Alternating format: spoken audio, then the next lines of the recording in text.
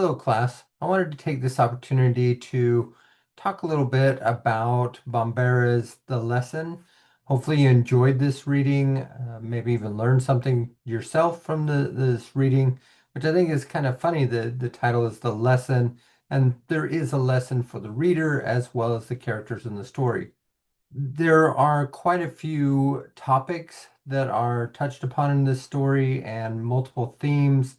The theme that I want to deal with is identity and how Sylvia's identity begins as if she is maybe the center of the universe, or she is what she considers to be the top priority in the world, and she drags people down in order to maintain that status.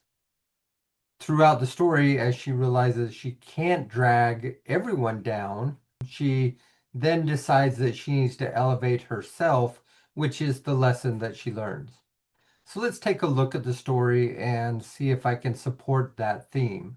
To begin, let's look at the introduction and some indicators from the introduction that she is trying to bring people down to her level, or she tries to bring them down far enough that she can rule over them or feel superior to them as if she is the center of the universe. We look at this first line. Back in the days when everyone was old and stupid or young and foolish, and me and Sugar were the only ones just right. So everyone old, stupid, young, foolish. So she's putting herself above everyone except for Sugar, which she puts on the same plane as herself. When she brings in Miss Moore, she says they laughed at her the way they did the junk man who went about his business, like he was some big time president, and his sorry ass horse, his secretary. So she's looking at everybody else as puffing themselves up, and she is pulling them down to her level so that she can stand out or stand above them. And this includes Miss Moore. As we move further through the story, we see that Sylvia is a big fan of nicknames, and she gives them to all of her neighborhood friends in order to, again, establish some type of dominance over them. She has names like Flyboy, Fat Butt, Junebug, Cutie, Rosie Giraffe, and Mercedes. And in some ways, we're seeing these as digs to the other children. Rosie Giraffe, I imagine, is quite tall. Mercedes, maybe thinks that she lives a lifestyle of opulence or has some money. Fat Butt is self-explanatory. So she creates these nicknames in order to bring people down to her level. Later, Miss Moore is explaining some of the social aspects of living in the neighborhood in which they do, and Sylvia finds this boring until we get to this line, and then she gets to the part about we all poor and live in the slums, which I don't feature, and I'm ready to speak on that. She doesn't like to be put down into this category of being poor or living in the slums. Again, she wants to keep everybody underneath her to keep that status as, the center of her world. As she steps into this different world on Fifth Avenue, she has to, again, pull up her defenses, bring people down. She sees that everyone is dressed up in stockings, so everybody's dressed nicely. One lady in a fur coat, hot as it is. White folks crazy. So again, let me bring these people down. You don't have the common sense to wear appropriate clothes in the heat, or you don't have the common sense to dress the way that I dress. Sylvia is able to maintain this status until they get to the actual store and they see that sailboat with the enormous price attached to it. Sylvia can't ignore this. She says, unbelievable. I hear myself say, and I'm really stunned. So she can't hold back. She can't contain what she's seeing here. I read it again for myself, just in case the group recitation put me in a trance. Same thing. For some reason, this pisses me off. We look at Miss Moore and she looking at us, waiting for I don't know what. So this angers Sylvia because she can no longer maintain her status once she sees things that are unobtainable to her. And it makes her angry. So her self-identity is being shattered at this moment. Then we get the entrance to the store, and this is where she really feels that humbling feeling, where she feels that lesser than feeling that the sailboat made her feel earlier. It says, so me and Sugar turn the corner to where the entrance is. But when we get there, I kind of hang back. Not that I'm scared. What's there to be afraid of? Just a toy store. But I feel funny. Shame. But what I got to be shamed about? Got as much right to go in as anybody, but somehow I can't seem to get hold of the door. So again, her world, her identity, her superiority over others is crumbling. And she's trying to reckon with this and trying to make sense of it. A little bit later, she notes, and people looking at us. She's feeling exposed in this lack of superiority. She's being exposed in this humbling moment where she's feeling shame and others are noticing it about her. We then see this further as Sugar reaches out to actually touch the boat. And Sylvia responds with jealousy.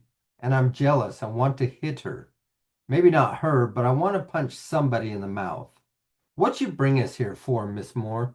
She's angry. She's upset because she knows that these are things that now are unobtainable, that there are things unobtainable in the world to her. And for Sugar to reach out and touch it, it's a acknowledgement that they want these things. Sugar wants to experience this sailboat or have this sailboat. And by touching it, it's just that stark reminder that we cannot afford this, we cannot obtain this, but there are people that can, and that makes us inferior to those people. On the way back home is where Sylvia starts to think about and try to rationalize what has been shown to her. She had this self-identity beforehand that she was superior, that she was the top of the world. And now that that's crumbled, she has to reevaluate and rethink what she's just seen. She says, who are these people that spend that much on performing clowns and $1,000 for toy sailboats? What kind of work they do and how they live and how come we ain't on it? Where we are is who we are, Miss Moore always pointing out. And so it's like Miss Moore's lessons are starting to sink in and she's starting to believe them. Before they were boring, Sylvia didn't need to be educated. Sylvia was able to put down Miss Moore in all of her lessons, but this one sticks. This one causes that pain for her. And so she's trying to think through it and she's trying to rationalize, how do I deal with this new concept of my identity? When they return, she says, Miss Moore lines us up in front of the mailbox where we started from. Seemed like years ago. So we can see this maturity. She has matured by years. She can no longer maintain her ignorance as being on the top of the world. She sees that the world has pushed her down. I can imagine at this point, Miss Moore has realized that the lesson has taken shape. Sugar is the first one to kind of state what that lesson was, and Sylvia is fighting it. She's rejecting it. She still doesn't want to accept this. But then she says, and something weird going on. I can feel it in my chest. Anybody else learn anything today? Looking dead at me. She is now confronting that realization.